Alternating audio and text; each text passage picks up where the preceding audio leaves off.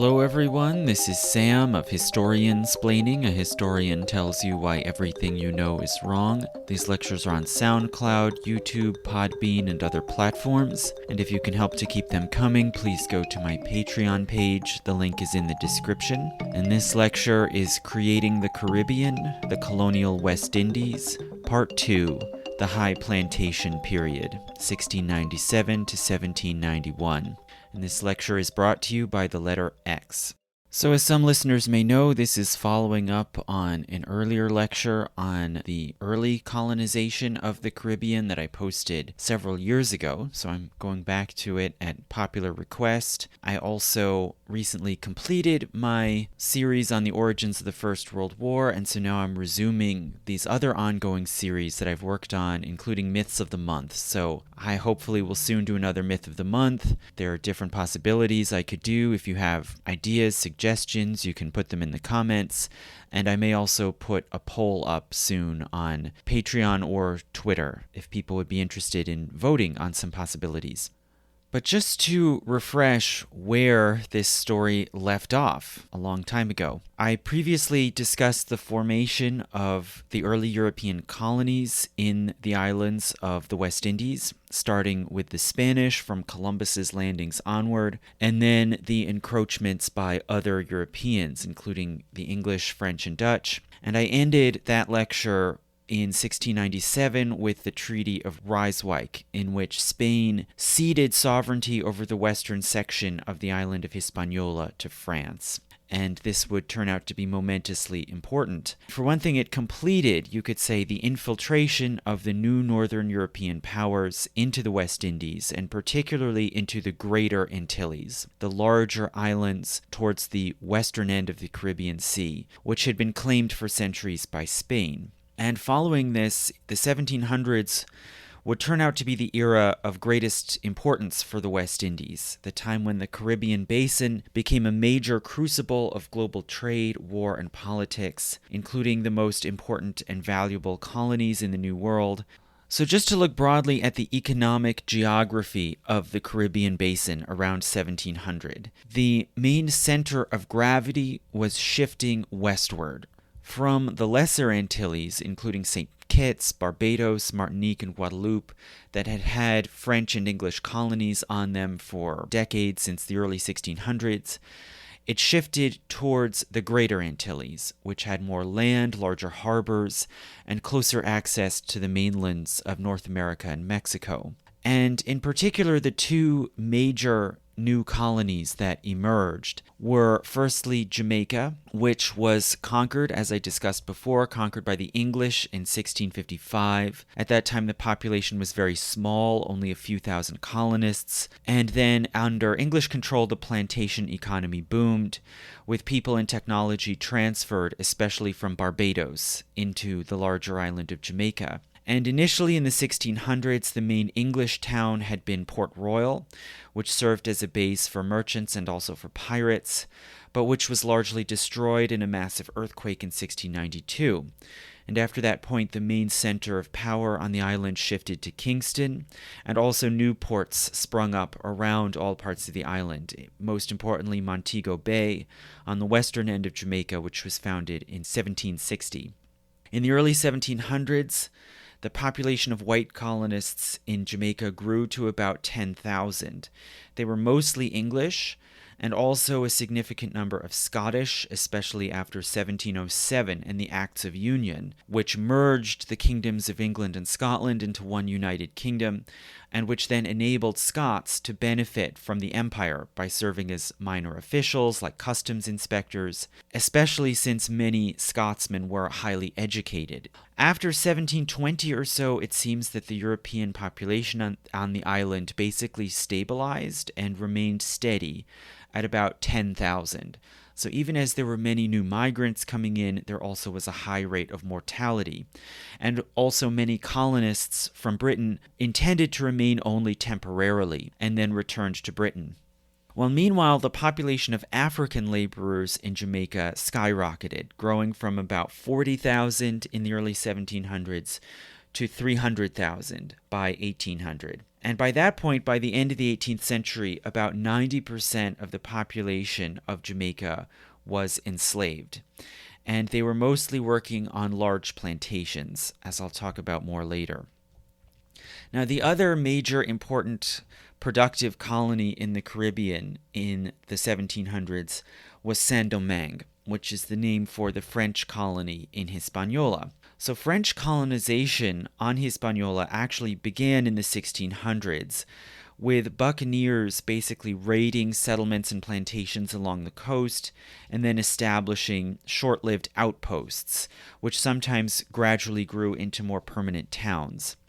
In 1697, as I said, Spain finally ceded the whole western side of the island to France, and since the Spanish colony on Hispaniola was called Santo Domingo, the French simply called their zone Saint-Domingue, the French form of the same name.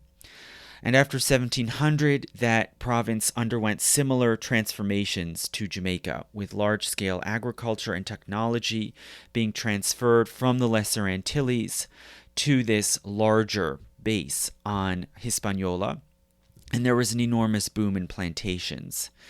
Initially, at the beginning of the French period, the main port of the colony was Jacmel in the south, which had existed there for many decades, but it was quickly overtaken by a newer port called Cap Français, or simply Le Cap, in the north, which had more convenient access for vessels arriving from Europe, and the capital was moved there in 1711.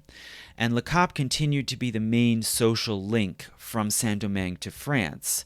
But by the mid-1700s, it too was overtaken by another larger port on the central west coast called Port-au-Prince, and the capital was finally moved there in 1770. So both colonies, both Jamaica and Saint-Domingue, were highly dynamic and productive. They were arguably the main jewels in the British and French crowns, respectively, in this era. But they also took up a great deal of resources to defend from raiding or invasion, and also to maintain control over a large, dense population that is largely enslaved and might break out in rebellion at almost any moment. So both of these colonies really depended for their existence and productivity on constant military support from Europe and on complex networks of trade spanning the entire Atlantic rim. So these colonies, just as much or even more so than the older colonies in the Lesser Antilles, they depended on trade, for one thing, with mainland North America, mainly for provisions, as they were called, meaning basically necessities that the plantations did not produce because all the good land was taken up by cash crop plantations. And these provisions included horses, lumber, cloth for clothing and sails, iron tools, and most especially food, including wheat and corn flour, vegetables, and dried fish and meat. And these provisions were obtained mainly from New England, carried by New England merchants based in ports like Boston, Newport, and New Haven. And also later, after about 1730, a lot of these provisions were also obtained from mainland colonies on North America that were further south, closer to the Caribbean, and were largely geared towards supplying the Caribbean, such as the Carolinas, Georgia, and Louisiana. And these supplied similar goods as well as rice and pine tar and pitch tar for shipbuilding gathered from the pine forests.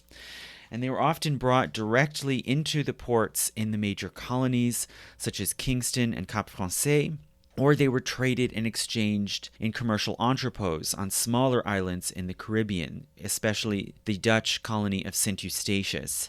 And this one served as a haven for so-called smuggling, or trading across inter-imperial lines, which was technically prohibited by various powers, including sometimes France and Britain. They also depended on extensive trade, of course, with the mother countries in Europe. Europe was the largest market for exports from the West Indies, and in return the colonies obtained mostly luxury goods, such as wine, brandy, tea, silver and porcelain goods, books, fine cloth such as linens and silk, and also the colonies in their turn paid customs duties on this extensive traffic, which then helped to pay for naval and ground forces to defend against invasions and suppress rebellions. And finally, as you may know, they also depended on extensive trade with Africa, which was the main source to supply their tremendous demand for labor on the plantations. So in the 1600s, the Caribbean had relied largely on enslaved indigenous people as well as European indentured laborers, including Irish and French. But after 1700, the colonies found that they could more effectively control African captives because they were more completely cut off from familiar networks of support. They weren't around people who spoke a similar language, had similar loyalties. And these African captives also had very little or no legal rights or standing under European law. And in the British colonies especially, they had practically no rights at all.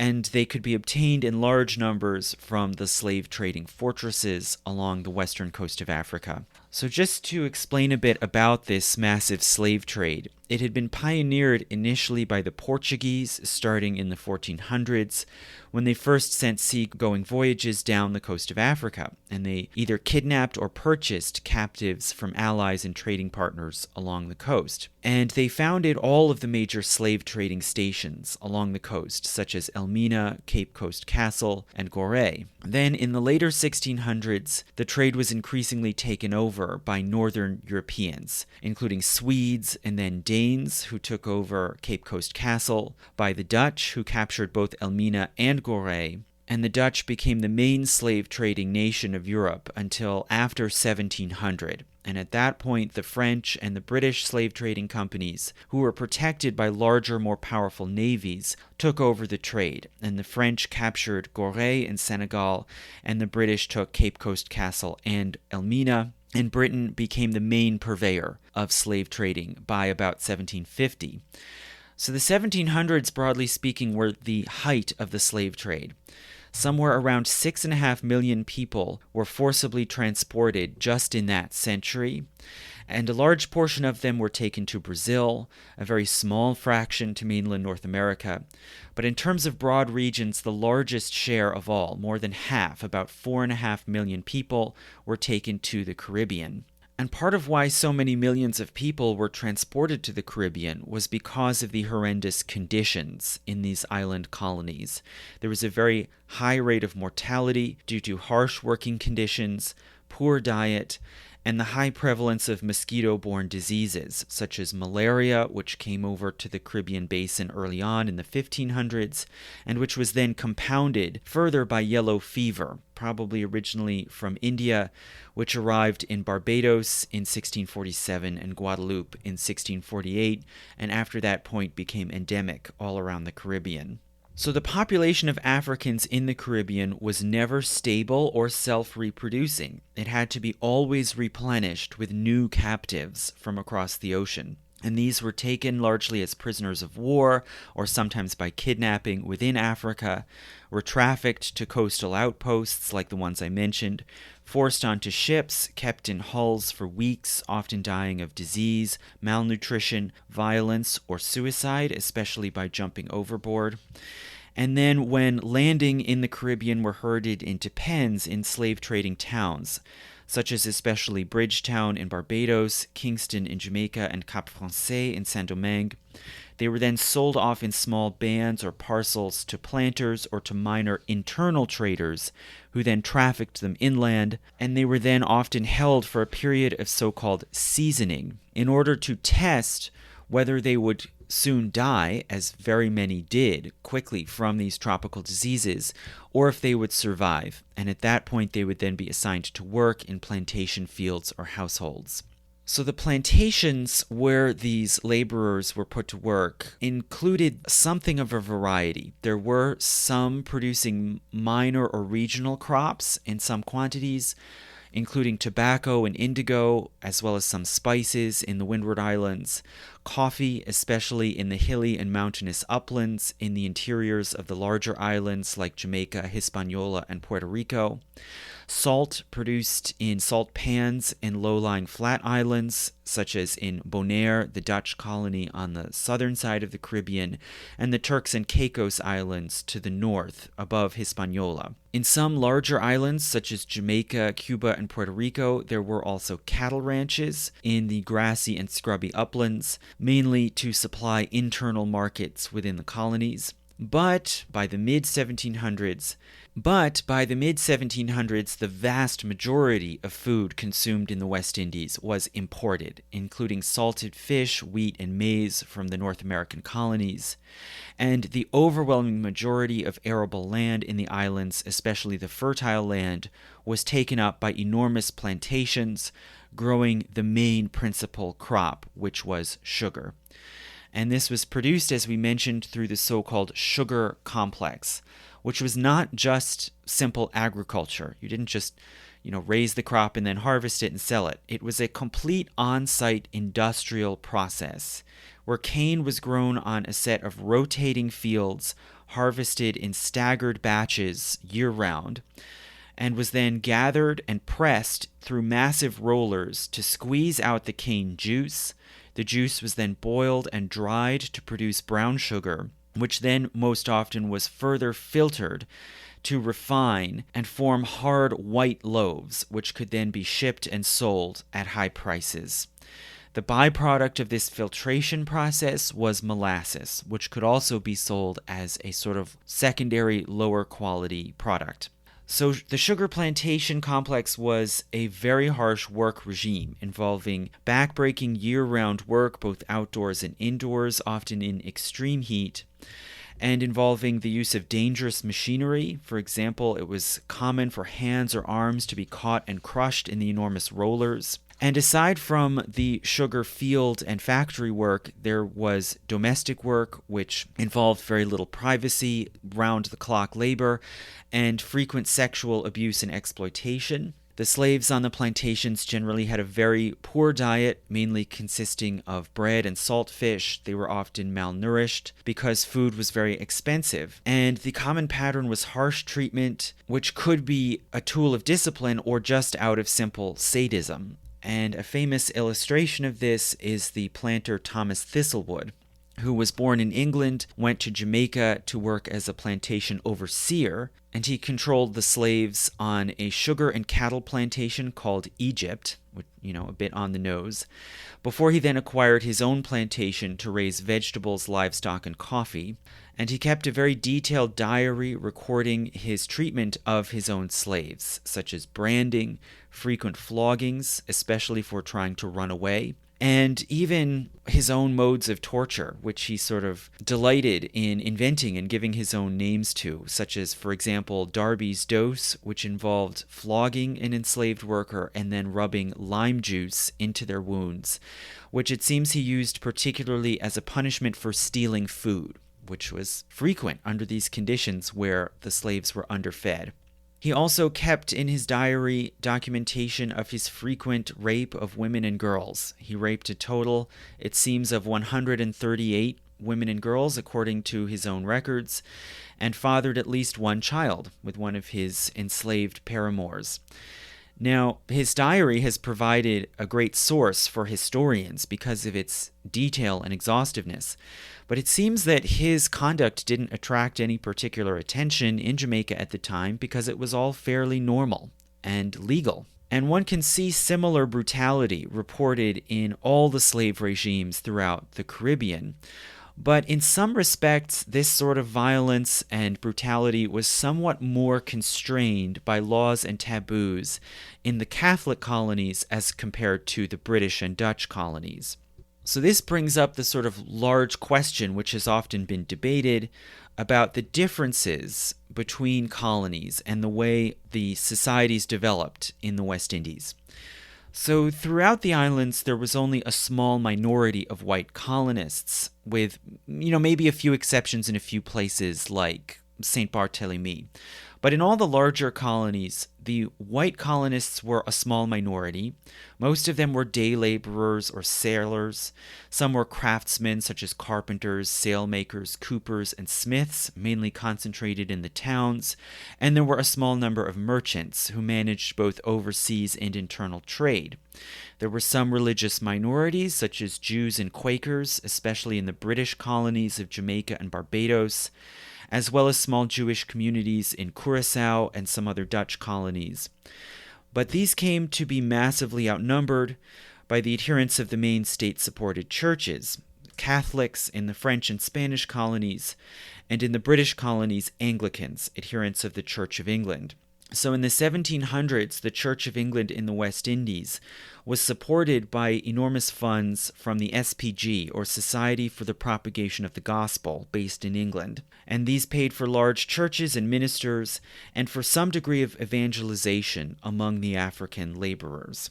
As for slaveholding, some free white artisans and merchants did own slaves, ranging from about 1 to 10 or even more in large workshops. But most slaves and most of the valuable land were monopolized by a small planter elite, which historians call the plantocracy. And this small upper class benefited from alliances, trading partners, and often additional estates in Europe. So they had sort of a foot on each side of the Atlantic. Many of them owned hundreds of slaves, sometimes over 1,000, often on several different plantations around the colony. And investing in or acquiring land in the West Indies became a good way for European strivers to make their fortunes if they could survive for long enough. And for example, many Scots who lost their domains in Britain due to the failed Jacobite uprisings made their money back through sugar plantations, especially in Jamaica. Other English planters often got rich enough to buy seats in Parliament. So a common goal became to go to the colonies, invest in land and slaves in order to get rich, and then return. And only a minority of them really remained for life. And in France, around this time, it seems that a stereotype arose of the so-called Grand Oncle d'Amérique, who is understood to mean a relative, the grand uncle from America, a relative, a member of the extended family who gets rich in America. And today, people think of that as meaning they got rich in business in the United States, right? But originally, it seems the phrase arose to mean a relative who owns sugar plantations in the Caribbean, especially in Saint Domingue, and has struck it rich and is now coming back to France to flaunt his wealth. So it was common enough that it became a sort of archetype.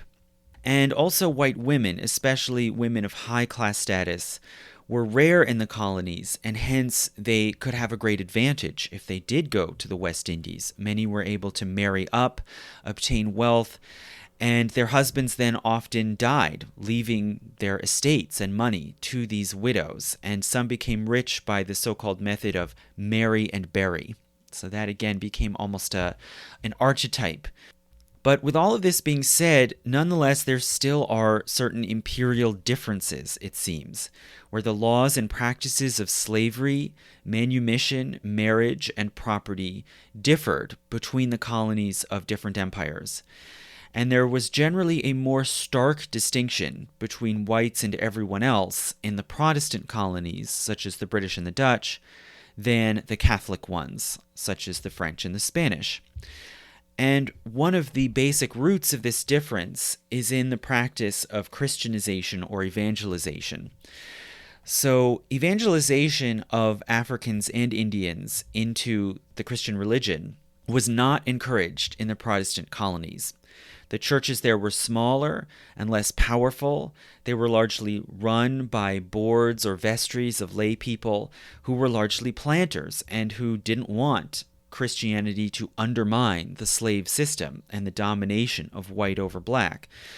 And so conversion in these colonies was more rare and exceptional. It was more often taken up voluntarily by Africans themselves who took the initiative to find out about the Christian religion. And evangelization was really only pursued systematically in these British and Dutch colonies by the Moravians, who were a small Central European Anabaptist sect based in the Holy Roman Empire, which was strictly pacifist and egalitarian, and which sometimes recruited former slaves as missionaries, who then would go to West Africa and the Caribbean to spread the faith among people of African descent, including in Jamaica, the Virgin Islands, and Antigua. And a prominent leader who emerged is Rebecca Proughton, who was a missionary originally born in Antigua, who was then kidnapped and resold into slavery in St. Thomas in the Virgin Islands, who learned about Christianity from one of her masters and took baptism, then began traveling around the Virgin Islands, preaching underground, mainly to women, and who partnered with a Moravian missionary and gathered a church in the Virgin Islands, until in 1742 she was arrested and deported, and she went to Germany, joined the Moravian church there, and was later dispatched to Ghana, where she eventually died. But conversion and evangelization into Christianity was much more common in the Catholic colonies, where it was either tacitly or even actively encouraged by the Catholic Church. And baptism in the church in the French and Spanish colonies implied some basic protections, such as not having your families or marriages broken up, and marriages among enslaved people were considered valid in the Catholic Church. They were expected to have a break from labor on the Sabbath. And also in the French colonies, it was customary for enslaved people to be assigned garden plots that they could use to grow what they wished in their free time or on Sundays, the ability to sell produce or to sell their labor for wages and to keep the money for themselves. And this could provide an avenue towards manumission by self-purchase. And often also individual slaves obtained freedom and then continued to work in order to pay to free their family members. So you could get gradual, step-by-step manumission of families. There also was a known open pattern of liaisons between free men and enslaved or free black women. And this sometimes led, not always, but it sometimes led to the women in question being freed, and sometimes to marriages between these men and their formerly enslaved female liaisons. And the sort of crude term for this that was used in the English-speaking world was miscegenation. So intermarriage across lines of color was called miscegenation. This was illegal in the British colonies, but it was legally permitted in the French and Spanish colonies. And in France, it was sometimes encouraged by the church, but discouraged by the state, whereas in the Spanish colonies, it was encouraged by both. So there's a complex interplay here, where on the one hand, you could see miscegenation as dangerous because it undermined the hierarchy of white over black, or you could see it as a good thing because it created social connections and more cohesion across class and color lines. So that seems to be how the Spanish authorities saw it in the more positive light. In France, there was this sort of ambivalence, and sometimes there was tension between civil authorities and the church. And these various sexual and romantic liaisons, whether they were sanctioned as marriage or not, they often also led to the children of these relationships being freed. And this further contributed to the formation of a significant population of free people of color, which were called by various names. So in the French colonies, people of mixed race might be called mulâtres or various other names, or free black people were called nègres libres. But then they could be grouped together under this general umbrella term, gens de couleur, which can be translated as simply people of color, but gens even more means sort of free people, almost gentry of the country. So people who had some sort of social standing, but were people of color. And these gens de couleur had some basic legal rights, including the right to have property. Some of them became wealthy planters, and a significant portion also owned slaves. That's what free people did. But they had no right to vote or to hold office. That was reserved for whites only. And there was a significant color status prejudice in the Spanish and French colonies. And in the French world, you could compare this hierarchy by skin tone as similar to the so-called casta distinctions in Mexico and Peru. Now, by the mid-1700s or so, one could speak of a creation of a sort of creolized or hybridized civilization. So just for one thing, this word Creole is often misunderstood, especially by English speakers. It does not necessarily mean mixed race. Creole means something new that is created in the colonies. So by 1750 or so, one could speak of customs, languages, lifeways, laws that were distinctive to these Caribbean colonies that set them apart from Europe or Africa. So there were distinct new languages and dialects springing up, including Saint Domingue Creole, which is the ancestor of what we now know as Haitian Creole, and Jamaican Patois, which is not often spoken of in the United States, and I think it's kind of kept under wraps a bit, even in Jamaica. It's not spoken of it as a distinct language, but it really is. And these new West Indian Creole languages were spoken by people of all colors. They were not just Afro-Caribbean languages. They were spoken by people of all colors, although they could take on different registers or dialects among different class groups, with some being associated with higher status than others. And by and large, the lexifiers were European, such as French, English, Spanish, Portuguese, Irish, etc. In other words, the vocabulary in these Creole languages were mainly European, but the syntax very often was distinctive and closer to African languages. And an interesting example is that Jamaican Patois has a plural U. So in modern English, we don't distinguish you singular from you plural. But in Jamaican Patois, you do. And the plural you is unu, that's the pronoun, which comes from Igbo, a West African language.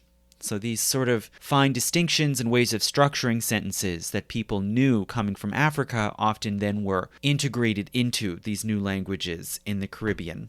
There also were Afro-Creole spiritual traditions that took shape in this era. And they sprang up in some form in all of the colonies. And they were often more syncretic and blended with Christianity in places where African customs were more tolerated, like the French colonies, and in places where they were more underground, especially the British colonies, they were more separate and distinct from the Christian church and have less sort of Christian admixture. So as for the British colonies, traditions emerged there which came to be called obia, basically from an African term for sorcery or witchcraft.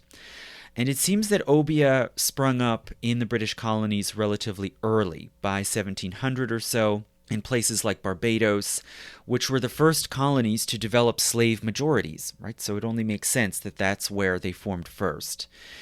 And they had their roots in Ashanti customs from interior West Africa, and also Coromantun, a sort of broad term for coastal nations and tribes, roughly in the area of what's now Ghana. Obia tended to involve consulting with experts who were learned in methods of healing and divination, and in protective charms and curses, etc. It was illegal under British law. It was considered to be a form of witchcraft and was often persecuted and hence was very secretive. In the French colonies, something similar took shape, which was variously called vaudou or vaudou, and it often involved more elaborate group or even public rituals like drumming and dancing. It often focused on appeals to particular gods and spirits who are collectively called loi. And it seems the term vaudin comes from an African word for deity. It also was often suppressed, but sometimes could be carried on fairly openly. And there was a degree of Catholic syncretism, which maybe was based on just experience, bricolage of different ideas and practices, and also was probably sometimes a method of protection. If one could claim that one was appealing not to an African deity, but to, say, a Christian saint, then that could give you a bit of political and legal cover. So Afro-Creole gods in Vodou can often be identified with Catholic saints. For instance, the warrior spirit Ogun could be identified with St. James or St. George.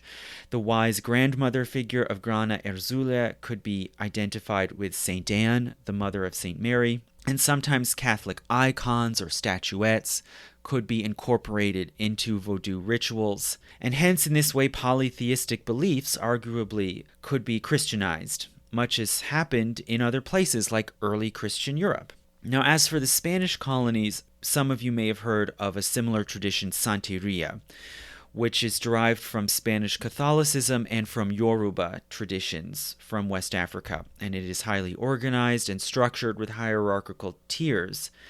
But it seems as if the tradition of Santeria developed significantly later.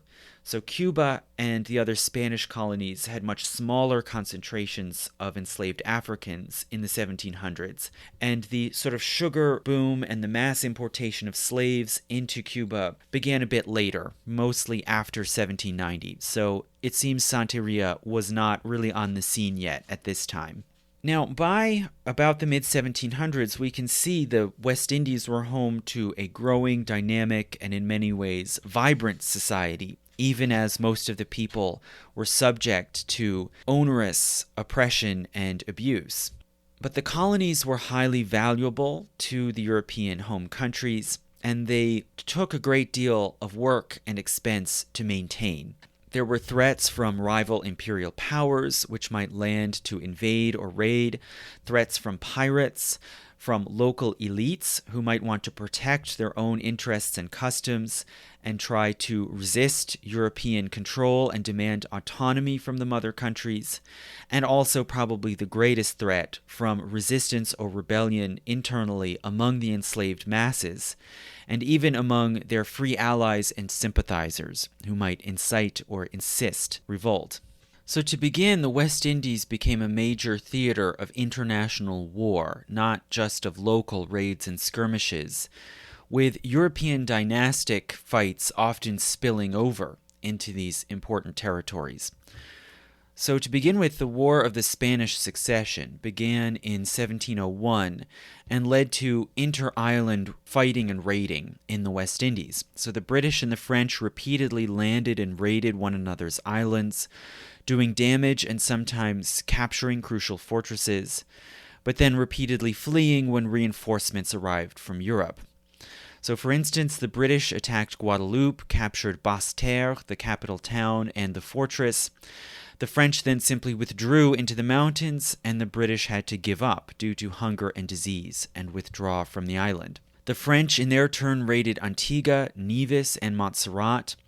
One very significant French victory was an attack on Nassau in the Bahamas, which captured the British governor, and subsequently the British government in the islands collapsed. Pirates and buccaneers rushed into the vacuum, and this led to a so-called pirate republic based in the Bahamas lasting 15 years. Now, for the most part, this sort of inter-island raiding didn't lead to much lasting territorial change. But one major exception was in St. Kitts, which had been that earliest colony of both England and France. So the governor of the British Leeward Islands, Codrington, gathered a large force from several islands, surrounded and overwhelmed the French section of St. Kitts, and forced the French to surrender. And all of the island subsequently remained British territory after the end of the war and for hundreds of years after. But even this small British victory came at a great cost. So the fighting in the Caribbean during the War of the Spanish Succession led to very strained resources, bad conditions for both colonists and troops. In 1710, colonists and soldiers in Antigua rose up in rebellion against Daniel Parke, who was the new governor of the Leeward Islands. A mob broke into the governor's mansion, dragged Parke out into the street, and killed him. And this was not entirely unique in the Caribbean, especially in the British and French colonies in the 18th century, where the European home governments really had limited power, and they could dispatch troops, but there was no guarantee those troops would remain loyal when sent off into these difficult conditions far away. And the European states often tried to squeeze too much out of these colonies until eventually colonists might mutiny and strike back. And also, the War of the Spanish Succession led to an enormous jump in piracy and the beginning of the second so-called Golden Age of piracy. So at the end of the war, thousands of skilled sailors were decommissioned. Many of them immediately became unemployed, or if they did manage to get employment on merchant vessels, it was at drastically lowered wages because of this glut of skilled labor in the Caribbean. So some vessels simply refused to accept the demobilization and went rogue, basically preying on slaving ships or on Spanish treasure ships, without even getting the customary licenses or letters of marque from Europe to give them a sort of veneer of legality. And groups of self-commissioned, self-directed rogue pirates simply started prowling around the Caribbean. One large fleet of these pirates actually gathered and raided a Spanish convoy and then went and landed in Jamaica, but they were rebuffed because the authorities in Jamaica saw them not as a possible asset in undermining the Spanish, but now more and more as a threat as piracy spread and multiplied. So the Jamaican authorities banned them from spending their prize money in Jamaica, and hence they had to turn and look for other havens, and they largely went to the Bahamas, which was already in a state of anarchy and more or less overrun by pirates for years previously. And so the pirates that multiplied and flourished in this period include a few famous names. Most of them, of course, are obscure and soon after gave up or died. But a few of them are famous, such as Edward Teach, also known as Blackbeard, who raided around the Caribbean, taking refuge first at Nassau in the Bahamas, but then when that became too dangerous, retreated to remote parts of the North American colonies, mainly North Carolina. He was known for his shrewd strategies, which included avoiding violence by using scare tactics in order to pressure targets to surrender immediately without a fight. And for one thing, he would sometimes approach ships in the dark with lit fuses burning in his hair and beard to create a sort of fearsome, otherworldly countenance. In 1718, Blackbeard was offered a royal pardon in return for ceasing his piracy and settling down in Virginia. And he accepted this deal, but then not long after he was found violating his oath and returning to piracy. And so he and his last crew were finally hunted down and killed on the shores of Ocracoke in North Carolina. Still, widespread piracy continued on into the 1720s until the imperial powers gradually closed ranks and agreed to cooperate to crack down on all pirates, including those from their own countries. At the same time as this crackdown was progressing through the 1720s, Spain, under the Bourbon dynasty, instituted a series of reforms attempting to reverse Spanish decline, and they involved centralizing and streamlining administration and tax collection, forming militias for defense of the colonies, and modernizing the navy. By 1730, Spain began cracking down not only on piracy but also on what they considered smuggling, so the technically illegal importation of goods into the Spanish Empire by northern European merchants, especially the British. In 1731, Spanish contractors stopped a British ship, the Rebecca, which was sailing near Cuba, and while they were inspecting it and searching for illegal sugar cargo, they allegedly assaulted the British captain, named Robert Jenkins, tied him to a mast of the ship, and cut off his ear. And this alleged attack fed into a sense of insult and frustration among British merchants, both in the Caribbean and in England. But the incident was not much known by the British public until several years later. So after 1733, the Spanish were further threatened and provoked by what they considered to be an encroachment on their territory because of the British founding of Georgia, which they saw as violating their territory and further threatening their colony in Florida. So fear and tension is rising on the Spanish side, and then meanwhile at the same time in England in the later 1730s, there was mounting opposition in the Westminster Parliament to the Whig government led by Robert Walpole. And the main opposition party, the Tories, seized upon this rising feeling of outrage and insult against Spain, and the sense that Walpole was not doing anything about it to protect British shipping against these Spanish predators. And they saw this as an opportunity also, of course, to undermine the Whigs' base of power, which was largely among the mercantile class. So in 1738, the Tories brought in Robert Jenkins to testify before Parliament about this attack 7 years earlier, and he reportedly displayed and brandished his severed ear, which he had kept in a box. And this shocked and galvanized the British Parliament and basically forced the Walpole government to dispatch a large fleet under the command of Admiral Edward Vernon to Antigua. And from 1739 to 42, Vernon launched a series of attacks on Spanish strongholds in South and Central America, which the Spanish were unable to stop because their navy was still much weaker compared to the British. The British successfully occupied the town of Portobello in Panama and destroyed its fortress. And this victory was hailed in Britain as a sort of miraculous event, and it caused a sensation. The famous anthem Rule Britannia was written for a masque performed at a banquet in honor of Admiral Vernon. Portobello Road in London was named after this victory. And also Vernon became a major British hero. That is why the Washington family named their estate in Virginia Mount Vernon. And then subsequent to this victory at Portobello, the British tried 3 times to capture Cartagena, the main Spanish port on the Caribbean in what is now Colombia. And they failed all 3 times, the third time catastrophically, losing more men to yellow fever even than to combat.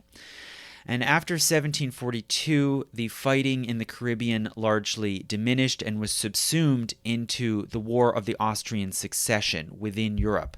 And so men and resources were diverted back to the home countries in Europe. But this war nonetheless showed that the Caribbean was assuming a greater, even central importance as a site of struggle, where wars not only spilled over from Europe, but where they could actually begin. And the next big war, as it happened, started in the 1750s from a border skirmish between British and French teams in mainland North America. And that became known as the 7 Years' War, or as Americans sometimes call it, the French and Indian War. But really this war was fought on several different continents: Europe, North America, Africa, and India.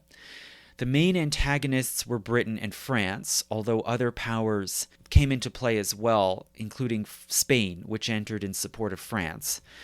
And the Caribbean was again an important theater of war. The small islands in the Lesser Antilles became like spoils of war, which were frequently seized and occupied and then later traded back and forth like marbles in the peace negotiations. And also for the first time, major fighting came not only into the Lesser Antilles, but into the Greater Antilles. And most importantly, in 1762, the British, with their superior naval power, were able to capture the fortress at Havana, which guarded the most important harbor in the Americas. And around this time, also the British were able to capture French strongholds in Canada, Senegal, and India. And by the fall of 1762, the French wanted to sue for peace and sort of cut their losses. But the Spanish, for their part, wanted to keep fighting.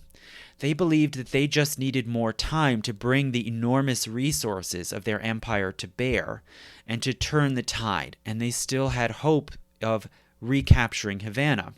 So, as a result, in the secret Treaty of Fontainebleau, Spain and France had to come to an agreement over what to do. And basically, Spain agreed to stand down and allow peace negotiations with the British in return for France giving Spain the colony of Louisiana, which they could then use as a bulwark protecting Mexico from British expansion in North America.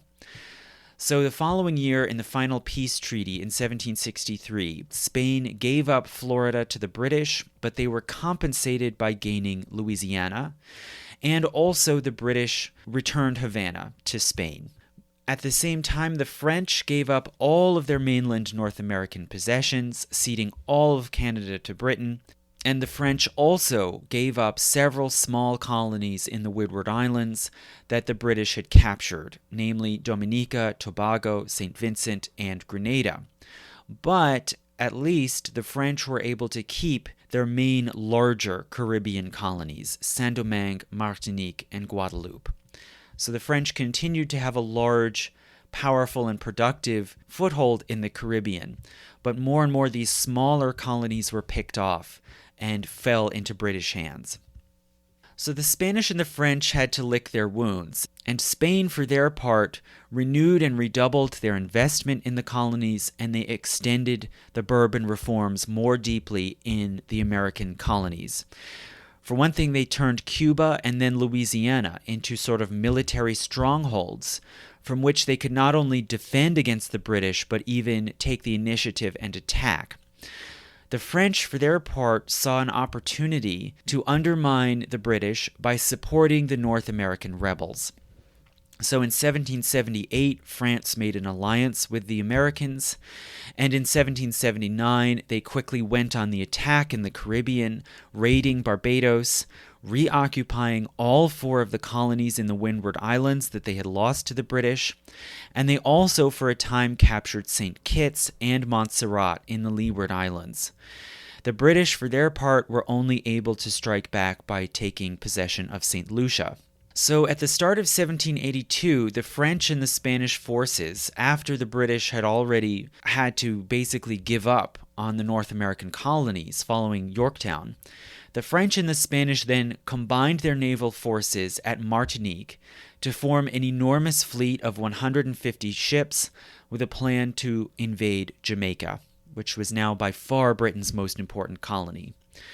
So in April 1782, this enormous French and Spanish fleet set sail for Jamaica, but they were soon intercepted by a British fleet under Admiral George Rodney in the waters between Dominica and Guadeloupe, basically around the small island chain called Les Saintes between Dominica and Guadeloupe. The 2 fleets engaged in an enormous 3-day-long battle, which began with both fleets spreading out in long lines to face and confront each other in an attempt to maximize their respective firepower. And that was the normal way that large naval battles tended to happen. But the British, under Rodney, then took a gamble by breaking this formation and concentrating their forces on what they saw as gaps in the French line in order to break through and surround the enemy ships. And this gamble worked, and Les Saintes became a massive British victory, again celebrated along similar lines to Portobello. And this victory established the total British naval superiority in the West Indies, which was really beyond contest at this point. It enabled Britain to reverse all of France's gains in this war and to take back control of all the disputed colonies that they had lost. And in the final treaty, France was again left with only Saint Domingue, Martinique, and Guadeloupe. So at this point, it would seem that the political situation in the West Indies was basically settled for the foreseeable future, with Britain emerging as the premier power in the West Indies, but with France still benefiting from the largest Caribbean colony, which was Saint Domingue. But now a new and greater threat would emerge, which was internal, and it was restiveness and resistance within the colonies. So resistance was, of course, always an issue and a problem for colonizers in the Caribbean right from the beginning. But it evolved dramatically as political conditions changed and the geography changed over the course of the 18th century. So early on, the main form of resistance was marronage, or simply escape.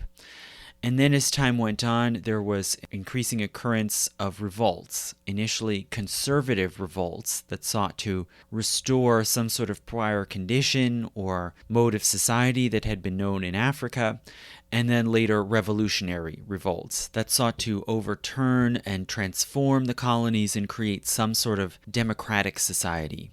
So to begin with marronage, this, as I said, started early on, even in the small colonies in the Lesser Antilles, where there were small or short-lived communities of so-called Maroons, or escaped slaves.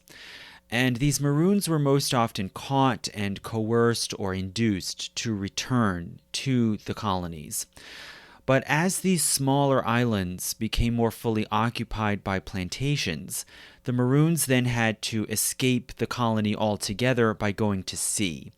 For example, by paying for passage or stowing away on an inter-island vessel, or by setting out on small vessels like seagoing canoes. And a common destination for this form of marronage was Puerto Rico. So this was the easternmost of the Greater Antilles, and it was reachable from nearby smaller islands, especially the Virgin Islands.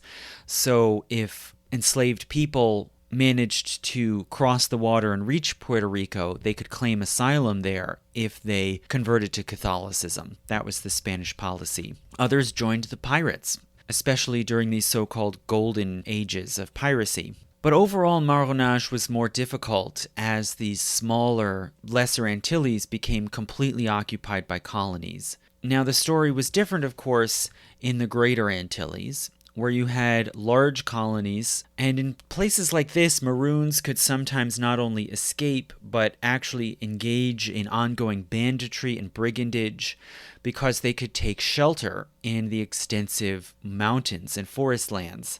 The Maroons became a significant force, for one thing, in Saint Domingue as the slave population grew after 1700, and runaways formed semi-mobile settlements in high mountains and forests. They sometimes intermingled with the remaining Taino native population, and they often returned to known plantations in order to raid and to gain supplies and information from friends and allies. And the French launched repeated expeditions by colonial militias in order to harass these Maroons, but were rarely able to crush or decisively defeat them. In the 1750s, a leader emerged called François Macondal, who was a commander and Vodou priest, or Hungan, for the Maroons. He'd been born in Africa, and he united several Maroon bands and waged a concerted campaign against the French, before he was finally captured in 1758 and executed in Le Cap. But new leaders emerged after, such as in the 1770s, Kebinda, who had been born in freedom in the mountains and who also was eventually captured. And finally, in the 1780s, Santiago, who operated in border areas along the edge of the French and Spanish domains in the interior of Hispaniola. The French colonials attempted to subdue him but failed and were forced to come to terms with his Maroon group in 1785. So this was quite significant, but the biggest and most successful Maroon communities in the West Indies were in Jamaica. And the Maroon movement there started with the English conquest in 1655, when reportedly some Africans took advantage of the chaos in order to escape into the interior mountains of Jamaica. The communities there grew with a steady stream of escapees from the plantations around the coastal areas, and also by joining together with Taino Indians. And the Maroons in Jamaica coalesced into two basic groups. The Windward, at the eastern side of the island, based in the Blue Mountains, and the Leeward Maroons, who were based in a rugged, hilly country in the west called the Cockpit Country. So once again, as happens all throughout the Caribbean, these people identified themselves geographically by the wind. The Blue Mountains are at the eastern or windward end of the island, and the Cockpit Country is leeward. And distinct leaders emerged around the 1710s of each of these Maroon coalitions. So in the east, a woman named Nanny and her lieutenant Quao came to the fore as the main leaders of the Windward Maroons, whereas a man called Cudjoe and his lieutenant Accompong emerged as the leaders of Leeward Maroons in the west. And it happens that there were two main towns in the Cockpit Country called Cudjoe's Town and Accompong's Town after those respective leaders. Cudjoe was also, it seems, often called a brother of Nanny. So the main leader of the Leeward Maroons was a so-called brother of the leader of the Windward Maroons. And it's unclear whether they were literally brother and sister, that is conceivably possible, or if this is more a sort of political and diplomatic term to say that he was a sort of junior ally of Nanny. But both of these main leaders, Nanny and Cudjoe, were likely born in West Africa. Cudjoe is a West African day name, so there's a common custom in Western Africa of naming children according to the day of the week on which they were born. And Cudjoe is the customary name for a boy born on Monday and associated with peace. And Quao, who was Nanny's main lieutenant, that is also a West African day name related to the day Thursday and the earth. But the most famous and impactful leader of the Jamaican Maroons was Nanny, who was the main leader of the Windward group. So some facts that we know about Nanny. She was said to be Ashanti by birth, so she belonged to this subgroup or tribe of the Akan nation in interior West Africa in what's now northern Ghana.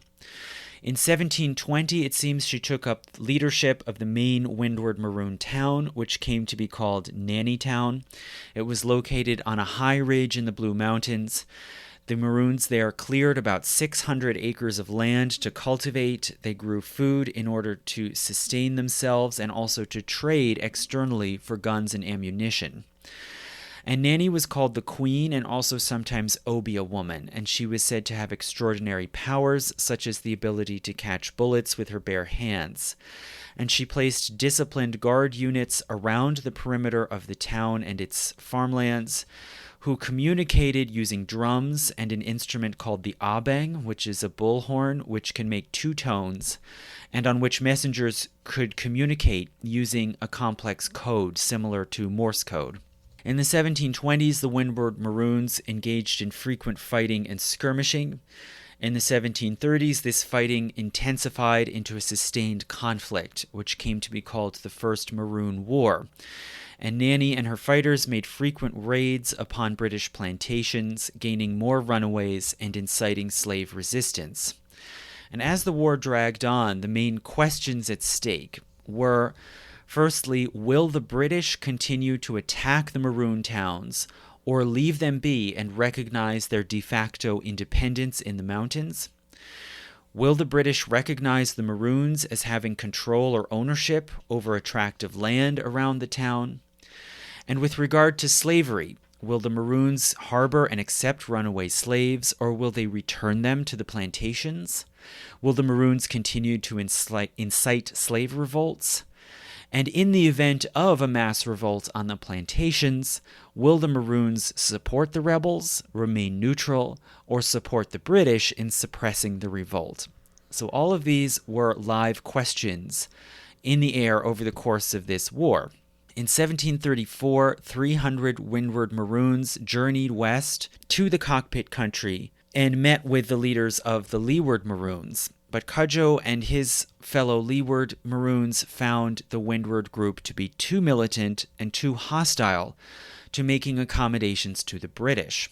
So there was a divide opening up here between the two groups over what sort of settlement with the British would be acceptable, and it seems the Leeward group was more accommodating. In that same year, in 1734, the British were able to wheel small cannon close enough to Nanny Town to bombard the settlement and force the Maroons to abandon it and retreat northward. They relocated to a new site in the Blue Mountains, but they had very little food or supplies, and they had to debate whether to surrender and come to terms with the British.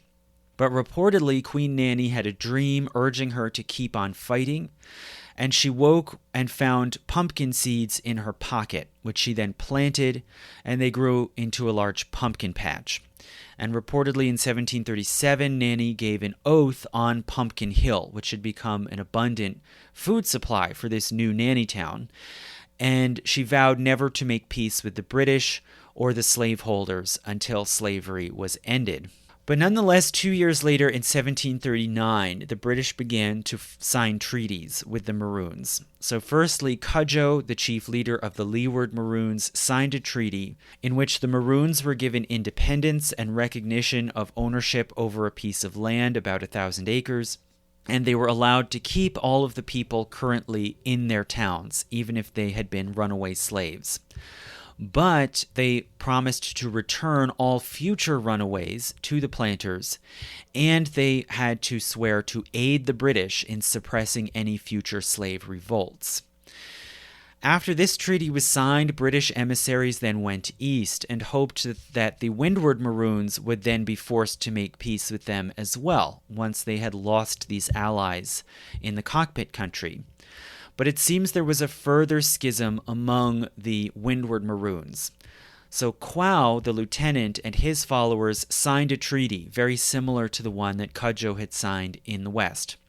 But Nanny and her followers, including many of the Maroon women, refused to sign, and instead they only made an unofficial truce, whereby the British recognized the independence of the Windward Maroons and gave them a grant of land, and Nanny agreed to remain neutral in future fights between the British and slave rebels. So Quao, the leader of this subgroup of Windward Maroons who had signed the treaty, they retreated then to the western edge of the Blue Mountains and created a new settlement called Quao's Town, while Nanny's group meanwhile went east and created another new Nanny Town. In the 1740s, the British authorities appointed so-called superintendents, supposedly just as diplomats, to manage trade and relations with the Maroons. But over the course of this decade, they exerted more and more pressure and made inroads into the politics of the Maroon towns, exploiting divisions. In 1746, the British actively removed Quao as the leader of his town in the Blue Mountains and replaced him with another Maroon leader called Ned Crawford, who then renamed the town Crawford's Town.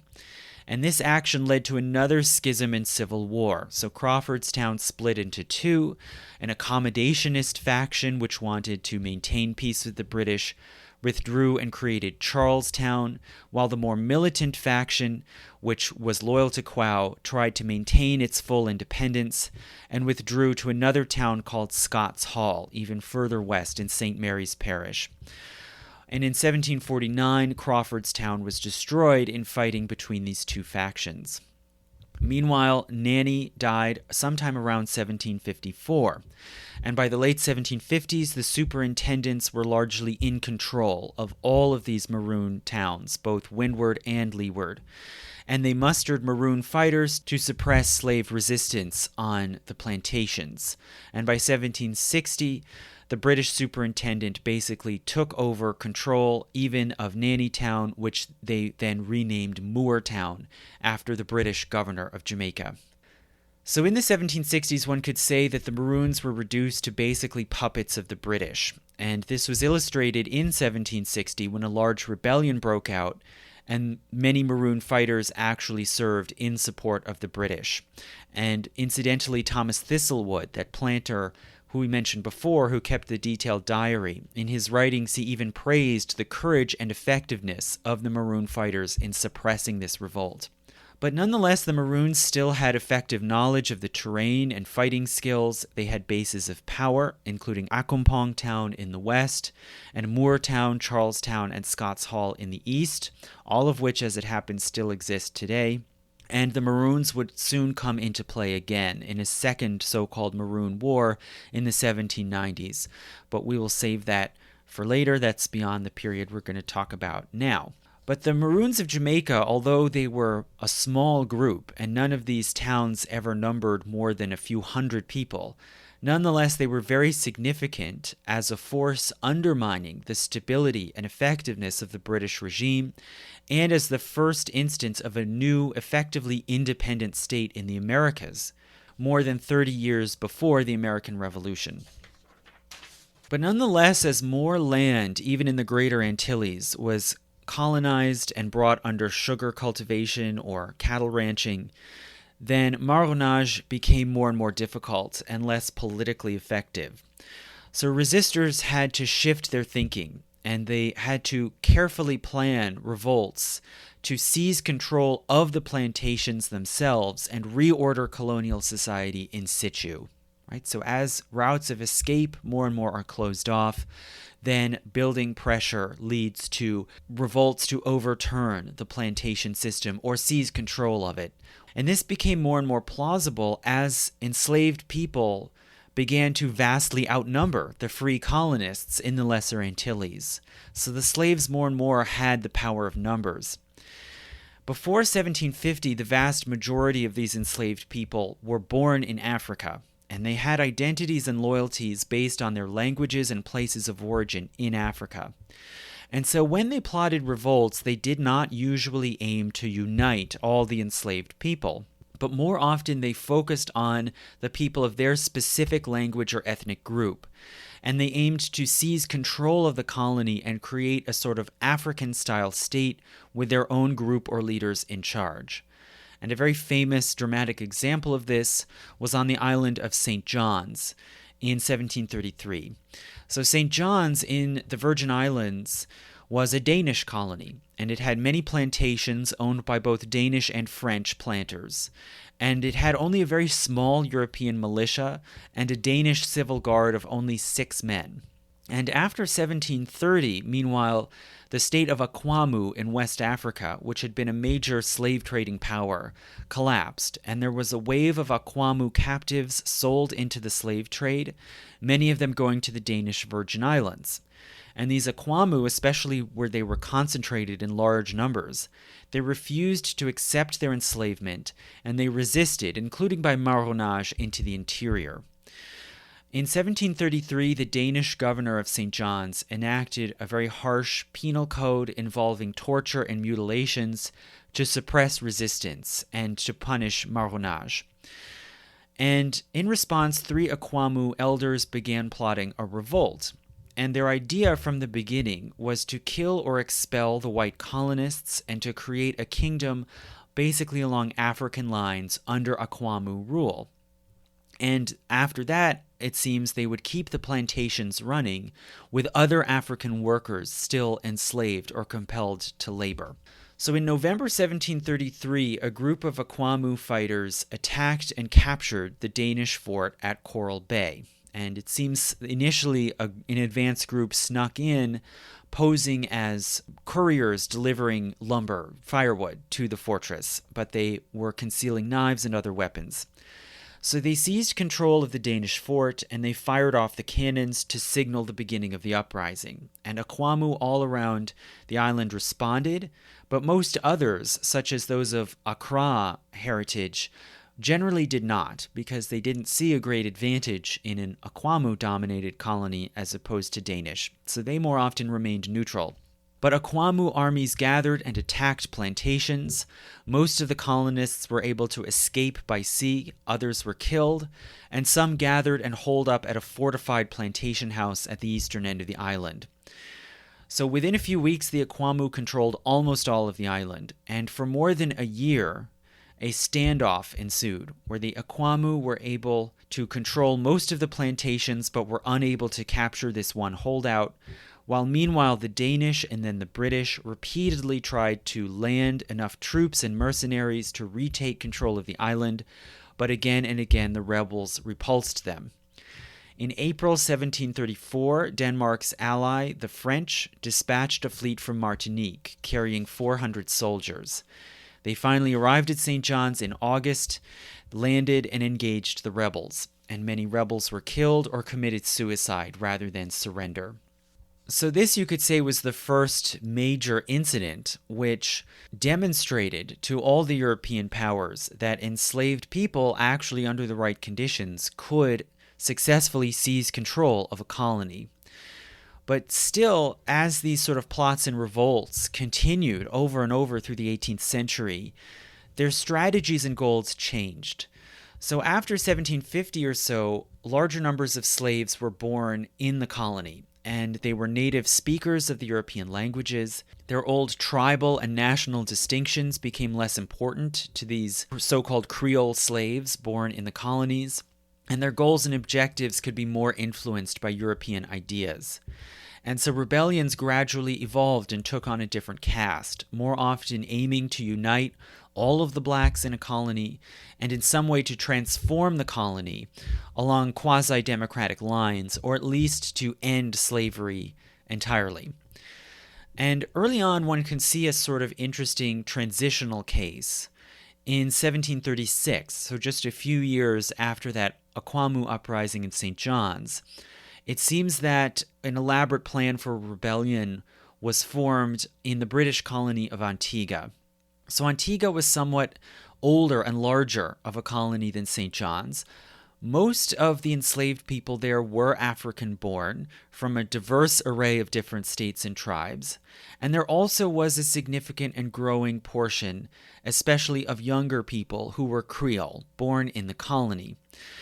And reportedly, the plotters who worked out this rebellion plan in 1736 worked out a system where the enslaved people united into age and tribal-based confraternities, much like in a West African kingdom.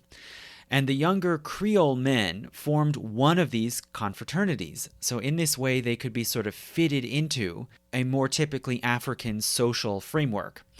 And these groups then allied and cooperated, uniting around a single leader. So on October 3rd, 1736, slaves of Coromantee background, which is a sort of broad group of Akan-speaking people we mentioned before, they held a ceremony in a field in which they danced around an enslaved man named Klaas, and they presented him with a shield, and he sat on a ceremonial stool. And Klaas was known as a respected personage on the island, even though he was enslaved. He was about 46 years old, he'd been born in Africa, and his master was the Speaker of the Colonial Assembly. He had been allowed to travel freely around the colony and earn his own money.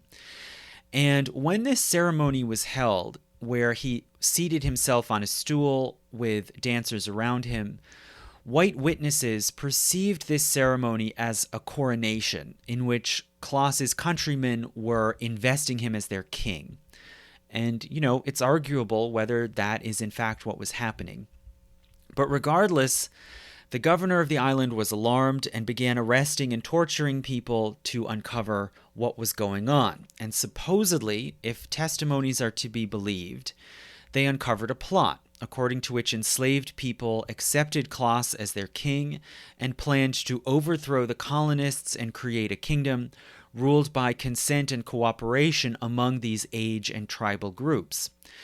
And allegedly, the main ringleader of this plot was not Klaas himself. He was more of a figurehead. Rather, the main plotter was another slave called Tomboy, who was a skilled carpenter who also had worked for money, built up his own wealth. He was the same age as Klaas, but he'd been born in the colony, and he was a native English speaker and was influential among the Creoles. So reportedly, Tomboy had plotted to stack gunpowder into a ballroom in anticipation of the planter elite holding a large ball in honor of King George II of Great Britain. And this would then create a perfect inversion of the supposed coronation of Klaas, right? You would crown Klaas as the new king, and then you would kill those who remained loyal to the false king, who was George II. And also it would eliminate the entire colonial ruling class as they were gathered to honor their false foreign king.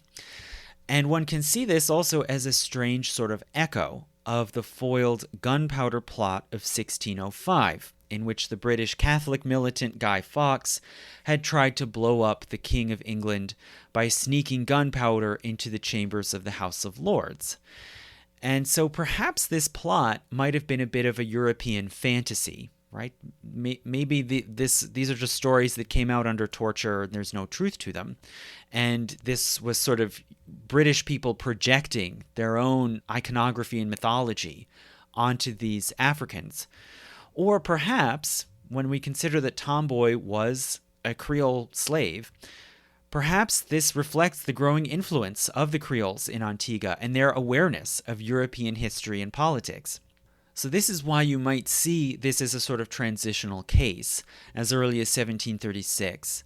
But then after about 1750, slave revolts, when they did happen, were much bigger.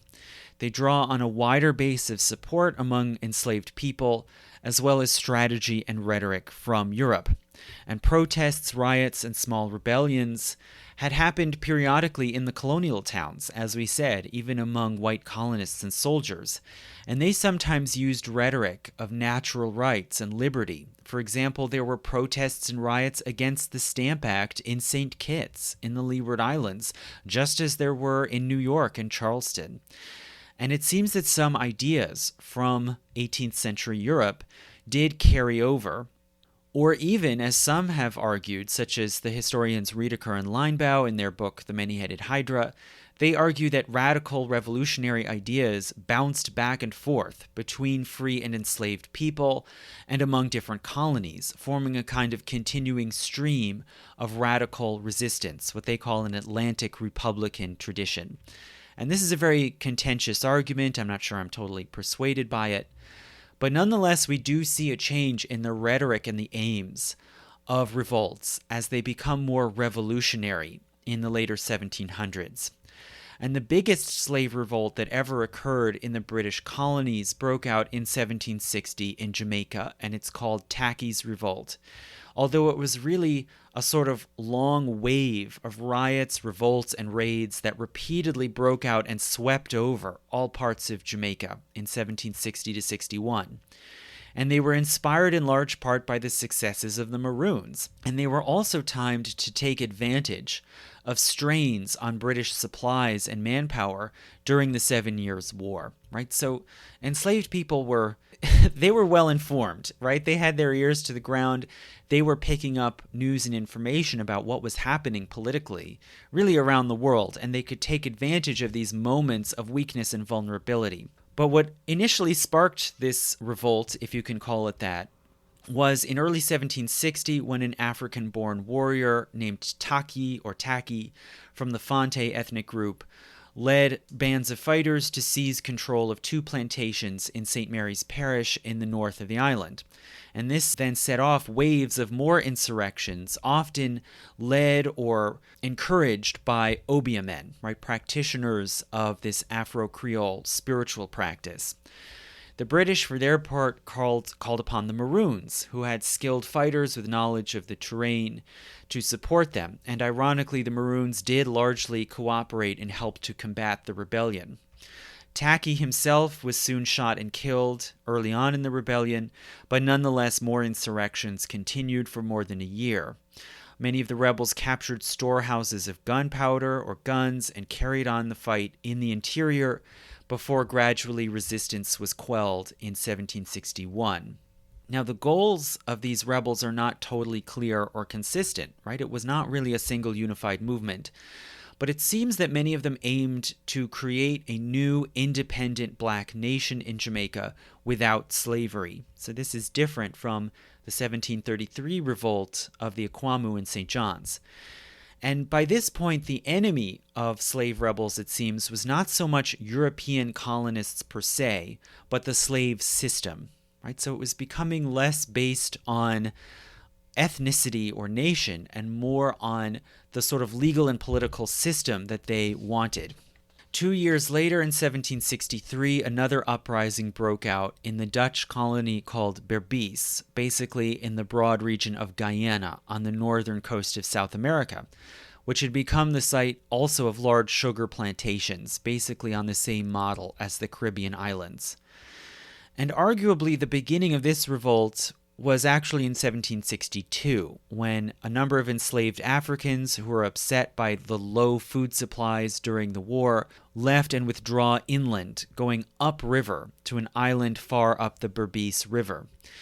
In 1763, Maroons and enslaved Africans on the plantations rose up, attacked and captured fortified plantation houses. An enslaved cooper named Kofi took up command of the rebel fighters, and he ended up becoming the main sort of civil leader of the new rebel state based in the interior, while his ally Akara was the main military commander. So for several months, rebels had control of the interior of Berbice, while the Dutch colonists hung on to the coast and landed troops to try to suppress the rebellion. And then a similar split emerged in the leadership of this rebellion, a lot like the schism among the Jamaican Maroons, where Kofi, for his part, proposed making peace and dividing the colony, allowing the Dutch to remain on the coastal zone while the Africans controlled the interior. But Akara wanted to drive the Europeans out completely. In the winter of 1764, Dutch troops finally began to beat back the insurgent troops, and they were able to capture Akara, the main military leader. And the split between the different groups within the rebellion helped to undo the movement. But it does seem that more or less the main goal was to create an independent state in Berbice without slavery. In the 1770s, Maroons in nearby Dutch Suriname, led by a leader named Boni, waged a long guerrilla war against the Dutch regime. And it seems at this point that information about this long, brutal war in Suriname got back to Europe and was shared and discussed more widely. And for instance, the atrocities of this war were famously depicted in a series of engravings by William Blake. And so in this period, knowledge about slave resistance fed into a growing disapproval of slavery and the slave trade within Europe. And after 1780, some of these critics and opponents of slavery did begin to organize. So for one thing, there had long been disapproval of slavery among Quakers in Great Britain. Quakers were pacifist, and they deplored the violence of slavery. Over the course of the 1750s, 60s, 70s, they began to enforce internal rules prohibiting Quakers themselves from engaging in slavery or slave trading. But also, as part of their religious strictures, Quakers refused to swear oaths. And so as a result, they could not hold government office, and they had very little political power.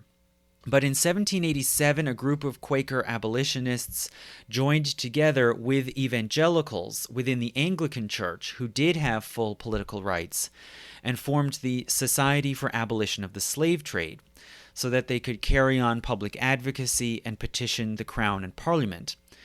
In 1788, a group of British subjects of African descent in Britain presented a petition against slavery to Queen Charlotte, which she couldn't really act upon, but she did at least symbolically accept and acknowledge it.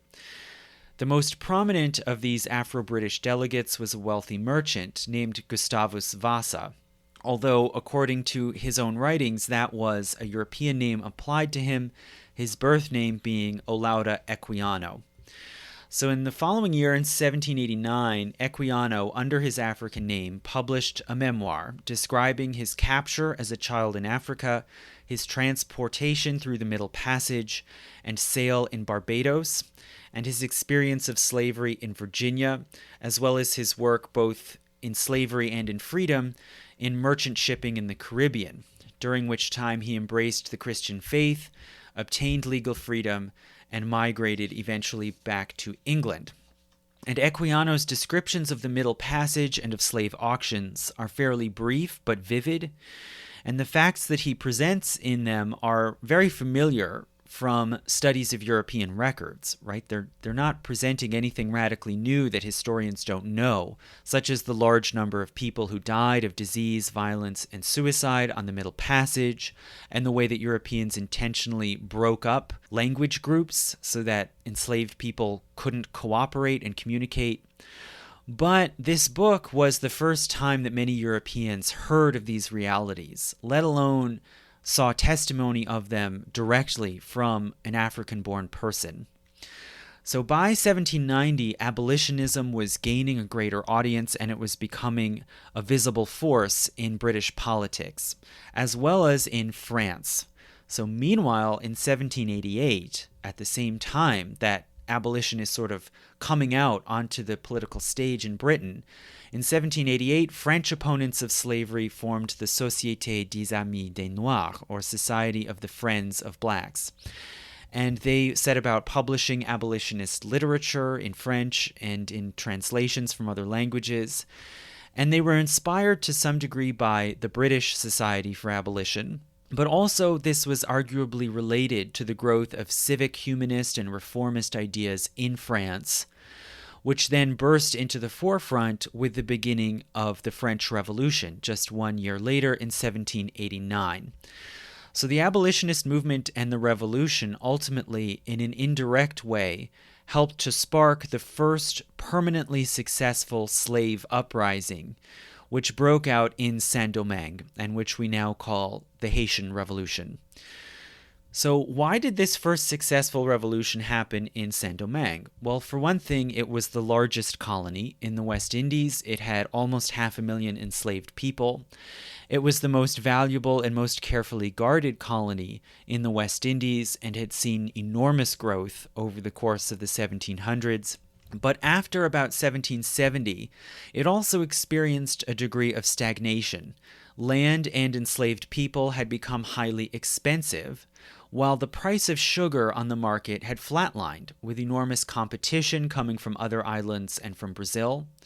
And so it was more and more difficult for minor French workers and adventurers to obtain land or slaves and get rich themselves, which was largely their goal.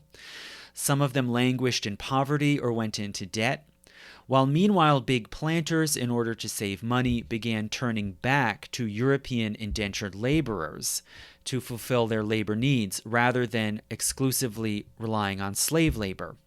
But still, as of 1790, most of the population were still African-born. The colony had about 500,000 enslaved workers, about 32,000 free white colonists, and about 28,000 free people of color, or gens de couleur. And a series of factors within Saint Domingue ended up combining to make it a tinderbox of revolution. One, which had always been there from the beginning, was simply the terrain. The fact that there were large mountainous areas and forests, including along the Spanish border, which could provide havens for Maroons or other guerrilla fighters who had long attacked and undermined the plantocracy. There also was the language and customs in Saint Domingue. So French law and customs, as well as the Catholic Church, had fostered a large population of free people of color who resented being denied equal social status and political rights to the white colonists. There was the history of contention and instability even within the European colonial population, and this sprang from class resentment between the planter elite, or so-called Grand Blanc, and the poorer laborers and small farmers, or Petit Blanc, and this had led to many riots and disorders, especially within the towns of the colony. There was then layered on top of this contention between the colonial elites and the metropolitan government in France. So incidentally, in June 1789, when representatives of the Third Estate withdrew from the Estates General in Versailles and formed the National Assembly, they invited deputies from the First and Second Estates, the clergy and the nobility, to come over and join them. And it happens that a large number of parish priests from the First Estate did go over, and a small handful of nobles from the Second Estate joined the National Assembly as well, because they had properties in the West Indian colonies, and they hoped that the revolution might give the colonies formal representation in France or else greater autonomy in the empire.